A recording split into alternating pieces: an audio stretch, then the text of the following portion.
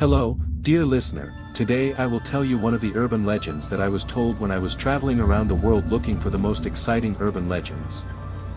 In the depths of the misty mountains, where time passes more slowly, grows the only tree in the world, gray atlas. Its bark is as white as bone, and its leaves are as transparent as mica. Once every 100 years, a fruit ripens on the uppermost branch, a moon sapphire. This fruit is the size of a pomegranate, but its skin is smooth and cold, like a polished stone. Through the translucent blue skin, you can see how soft light pulsates inside, resembling the movement of living beings. They say that if you hold it up to your ear, you can hear not just noise, but the whispers of hundreds of voices in forgotten languages. The legend goes that anyone who eats even a piece of it will gain absolute memory.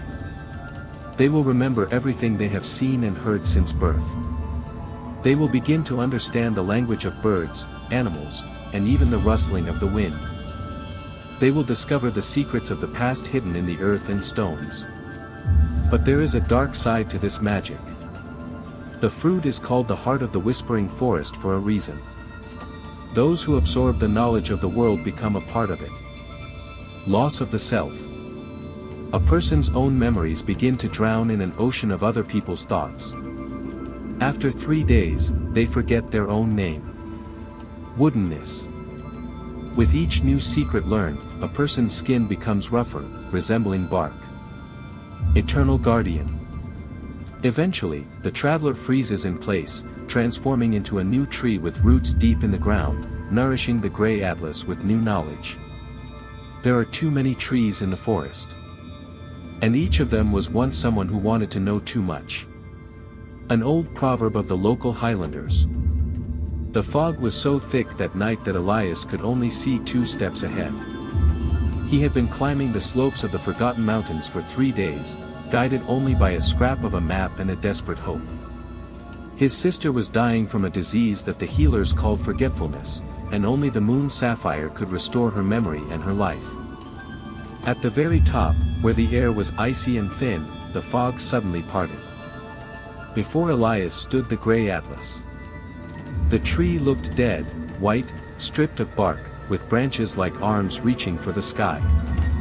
But on the highest branch, against all the laws of nature, something impossible shone. The fruit was the size of a large apple, but its radiance turned the snow around it indigo.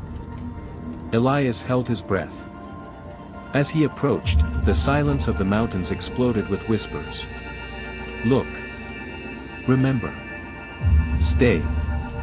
The voices didn't sound in his ears, they appeared directly in his mind. Elias climbed up the trunk. The bark felt like cold human skin, and for a moment, he thought the tree shuddered under his weight. When he picked the fruit, he almost screamed. It was heavy and warm. Inside the blue flesh, something pulsed rhythmically, as if a tiny heart were beating. He was supposed to give it to his sister. But the voices inside the fruit grew louder. They promised answers. Where is the gold of kings hidden? What does the wind sing about before the storm? What does the beginning of time really look like? Elias looked at the fruit. Through the translucent peel, he saw a flash, a short frame from his childhood, which he had long forgotten. The smell of his mother's perfume and the taste of warm bread. It was so vivid that the reality around them began to fade. He brought the fruit to his lips. Just one bite. He'll learn how to save his sister for sure, and maybe he'll learn 1,000 other things. But at that moment, his gaze fell on the tree's roots. Something strange was sticking out from under the snow. Elias scooped up the snow with his hand and froze. It wasn't a root. It was a petrified human hand, its fingers still clasping an empty bone that resembled a blue eye. A smaller tree nearby had a growth on its trunk that painfully resembled a face frozen in a silent scream. The whispers intensified, turning into a hum. Join us. We remember everything. We are the memory.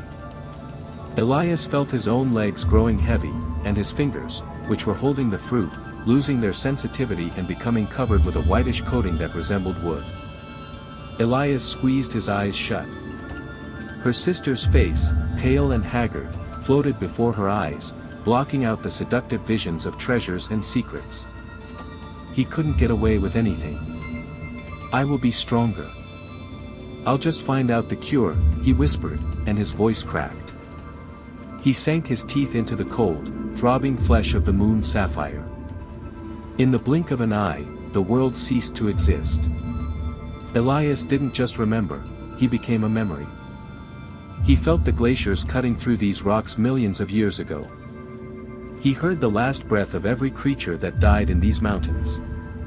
And in this ocean of data, he found what he was looking for. A recipe of 3 herbs that could awaken his sister's mind. But the price was immediate. His feet finally turned into bone roots, which crunched into the frozen ground, breaking through the stone. The pain was acute, but it quickly gave way to blissful numbness. His fingers lengthened, thinned, and stiffened into flexible rods. The whispering of thousands of voices in his head became deafening. His own name, Elias, began to crumble like dry leaves. I have to transfer. I'm sorry, he said. His left hand, which he was holding tightly against his chest, was still under his control. With trembling fingers that were already covered in a hard white crust, he pulled a hunting knife out of his bag. His own skin no longer felt pain, it felt like soft wood. With the last of his strength, losing consciousness and merging with the collective mind of the Grey Atlas, Elias began to carve on his own chest, which became a trunk, those same 3 signs, the names of herbs. When the sun rose over the peak, there were 2 trees at the top. One is ancient and powerful. The second is young, thin, with branches resembling a desperate gesture of supplication. A week later, the search party found this place.